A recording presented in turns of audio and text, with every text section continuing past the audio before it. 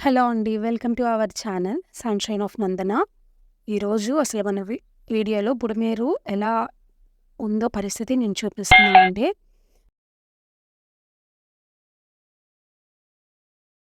చూడండి అసలు అక్కడ మొత్తం బుడమేరు కాలువైతే పొంగిపోయింది. మొత్తం ఇలా వాటర్ వచ్చేసాయి కాలనీస్‌లోకి. ఇదైతే రాజరాజేశ్వరరావు పేట అనమాట. అదంతా చూడండి అసలు అది చాలా డౌన్‌కుంది. ఆ డౌన్‌కి ఇలా మెట్లు దిగెళ్తున్నారు. కింద కిందంతా ఉన్న ఇల్లులు అయన్నీ మునిగిపోయినాయండి. అక్కడి నుంచి ఇంకా వాళ్ళందరూ ఇలా రోడ్ మీదకొస్తున్నారనమాట. ఈ ఎన్‌హెచ్. ఇక్కడైతే నేను హైదరాబాద్‌కి, విజయవాడకి ఉండే ఎన్‌హెచ్ మీద అలా ఊ తీశాను వీడియో.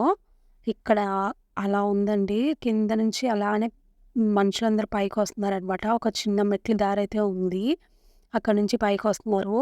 ఒక అసలు ఎంత భయంకరమైన సిట్యుయేషన్‌లో ఉన్నారంటే, మన కళ్ళ ముందే ఇంతమందికి హౌస్ లేకుండా అయిపోయారా? అప్పటిదాకా లేదు. హౌస్ లేకుండా ఉన్నారా అనిపిస్తుంది. పాపం నిజంగానండి అసలు ఎప్పుడు ఆ బుడమేరిది అక్కడైతే వంతెన అక్కడ వరకైతే మొత్తం క్లోజ్ చేస్తారండి. చూడండి. ఇదంతా ట్రాఫిక్ అనమాట. అటువైపు నుంచి వాటర్ ఎక్కువ ఉండడం వల్ల పంపించడం లేదు వెహికల్స్‌ని. వెనక్కి తిప్పమంటున్నారు. అండ్ సీఎం గారు కూడా అక్కడికి వచ్చారంట. ఈ సింగ్ నగర్ వైపు. బుడమేరు వంతెన దాటిన తర్వాత సింగ్ నగర్ ఉంటుందనమాట.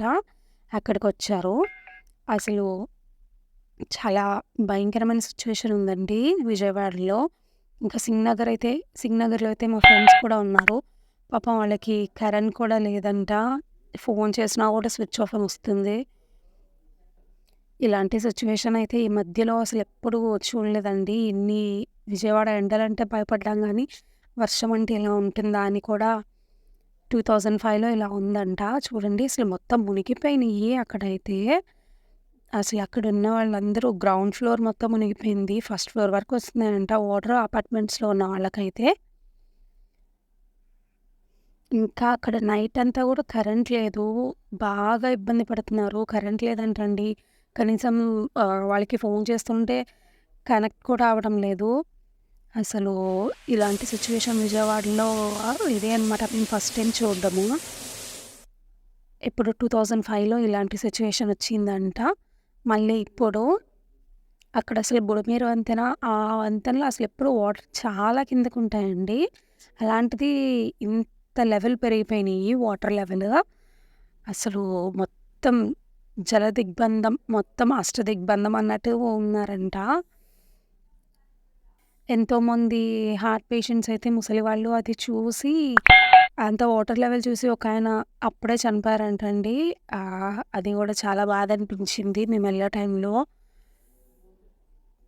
ఇంకా ట్రాఫిక్ కూడా ఇలా ఉంది.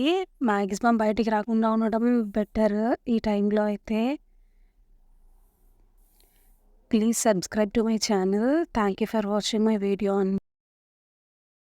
ఇట్లా కొట్టుకొస్తున్న ఫ్లడ్స్‌లో వచ్చే వాటర్‌లో అయితే ఇంకా పాములున్నాయంట అసలు. ఇంకా జర్రెలున్నాయంట. పాపం నడిచే వాళ్ళు కూడా చాలా జాగ్రత్త అండి ఆ ఫ్లడ్ వాటర్స్‌లో. చాలా పురుగులు అవన్నీ కూడా ఉంటున్నాయి. అసలు చాలా బాధాకరంగా ఉంది. ఇది చూస్తే చాలా మొత్తం వాటరొచ్చేయడం, వంతెనలు నిండిపోవడం, ఇంకా మన కళ్ళ ముందే అసలు వాళ్ళు చెప్తున్నారు మార్నింగ్ 8 వరకు ఏం లేదండి. అట్‌లీస్ట్ ఇప్పుడు మాకు ఇలా వాటర్ లెవెల్ 8 నుంచి అలా స్టార్ట్ అయింది. మధ్యాహ్నం 3:00 కల్లా ఇలా మొత్తం ఇలా నిండిపోయింది అని చెప్తున్నారండి.